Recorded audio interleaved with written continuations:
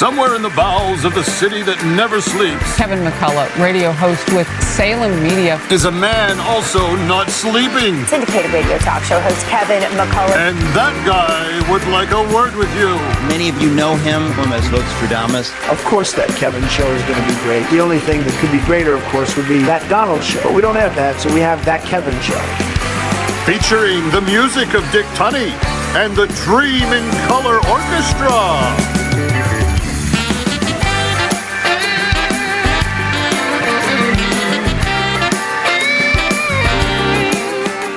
And tonight on That Kevin Show, a Baldwin brother walks into a Bible store and has a come-to-Jesus moment. Stephen Baldwin.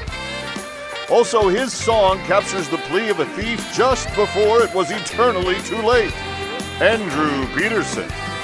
And we'll introduce Assignment Desk Weekend.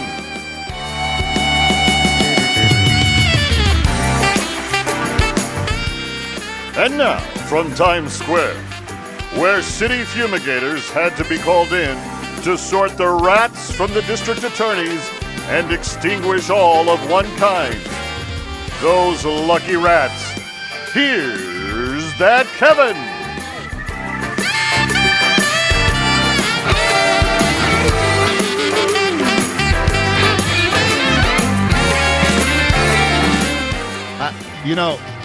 In recent weeks, I've been giving announcer Dave a really hard time. That was funny. The lucky rats. They survived the fumigation of the exterminators in Times Square.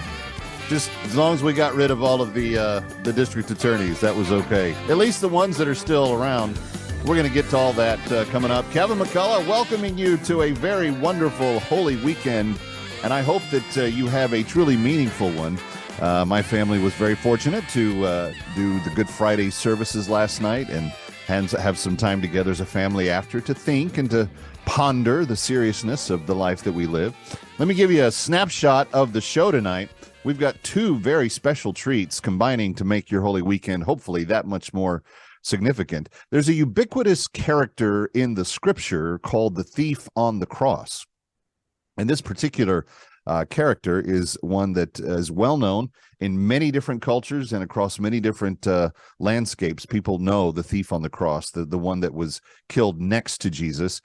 In this dramatic presentation that we will present to you in almost its entirety is a retelling of his story, and the songs from Andrew Peterson go along with that. So there's going to be a great, meaningful, hopefully very moving experience tonight. And just so you know, those of you on TV tonight, you're getting a different show than my audience on radio. The radio is getting a radio dramatic version of the same story by the same actor, completely different production.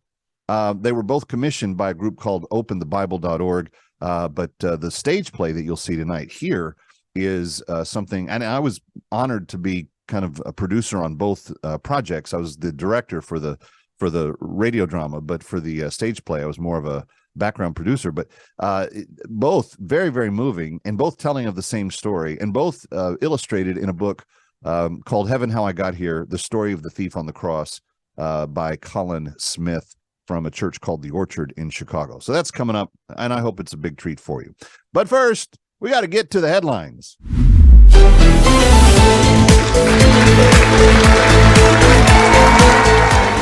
And, of course, the opening bar wouldn't be nearly as funny if there hadn't been some legitimate reasons for me to think that maybe the district attorneys needed to be extinguished in New York. Of course, they filed the indictment that we've been talking about for a couple of weeks. And in the 34 felony charges that it alleges, there's not one citation of federal law that is violated. So we're already off to a really weird, rocky, and very Trumpian start, at least from the side that's accusing him. And it always happens this way. They always come at him, guns blazing. We got you now, you big guy. Ha! And then not so much. Now, this story is interesting. There are people that are working this case, gumshoes, up and down the sidewalks, trying to find out every angle possible on what's going to happen here. And there were some big rumors earlier this week. Oh, look out, look out, look out. The judge in the Trump case He donated money to Biden. And so, of course, a lot of people are thinking, well, okay, that must be pretty important. What did he do? He donated $15 to the Joe Biden for President campaign, another $10 to some progressive organization, another $10 to I think he's in for about 45 total on contributions to campaigns in the last cycle. Let me cut to the quick here. It does not matter if he gave money to any politician. What matters is that he get a fair hearing, that he give a fair hearing to those that come to his courtroom and stand before him. And I don't think it's smart for anybody on either side to try to lambaste the character of the judge before they've even really done anything. So to all my friends who want to see justice done, no matter which side you're on, if you want to see justice, you want to see justice, just give it a breath here, okay?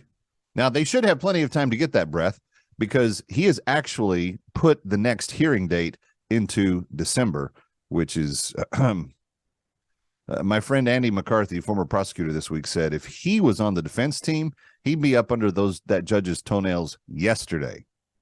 Kind of gross, but that's what he said. All right. Now, this weekend, there are a number of other stories that I'm just going to run through really quick that point to a fairly significant pattern, I would say. They all involve this trans issue. Did you see the story of the competitive swimmer Riley Gaines? She's the one that came in second and almost beat the guy swimmer who was swimming in the women's division last year in the NC2A. She came very close, but finished second to him in the final count. She spoke at the University of San Francisco to the Turning Point USA group. And after her very polite speech,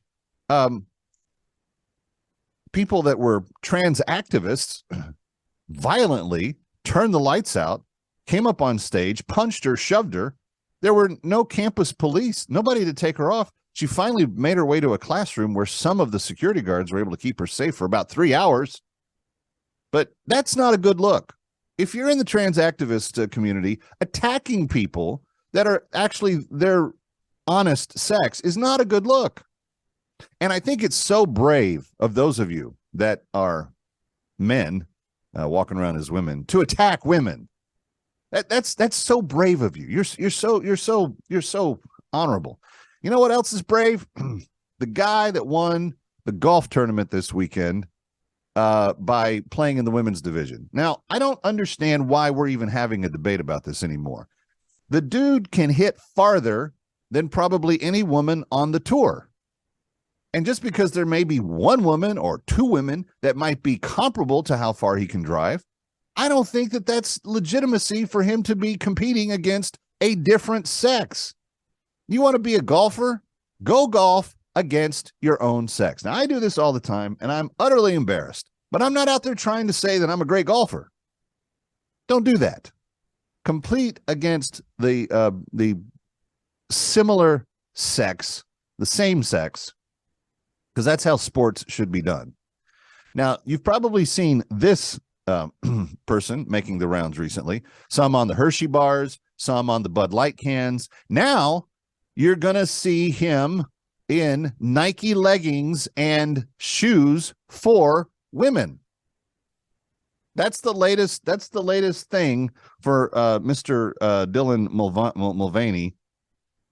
And it has not escaped our entertainment even. The new Grease prequel that stars a trans activist in one of its starring roles, they're going full progressive on us. They're going to include a song in the musical about white supremacy. That because, of course, that is so vital to the storytelling of the movie Grease. Friends, this activism for these trans things are everywhere, and none of it is based on science. God created men and women, distinct, two sexes, completely different purposes. There's not 57 of anybody.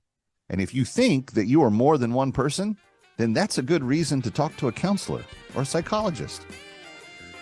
You're not more than one person. You are exactly as you were created. And if you're confused about that, it's not because of the creator, it's because of you. Anyway, Tucker Carlson calls it the most dangerous movement afloat right now. I kind of agree with him.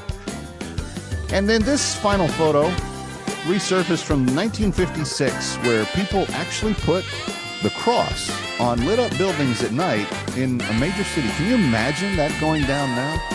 You don't have to imagine very much about Good Friday or the Easter holiday weekend, because we have a very special presentation for you coming up next. It's called Heaven, How I Got Here, the story of the thief on the cross. My friend Stephen Baldwin, the star, and we'll get started with that when we return here on That Kevin Show.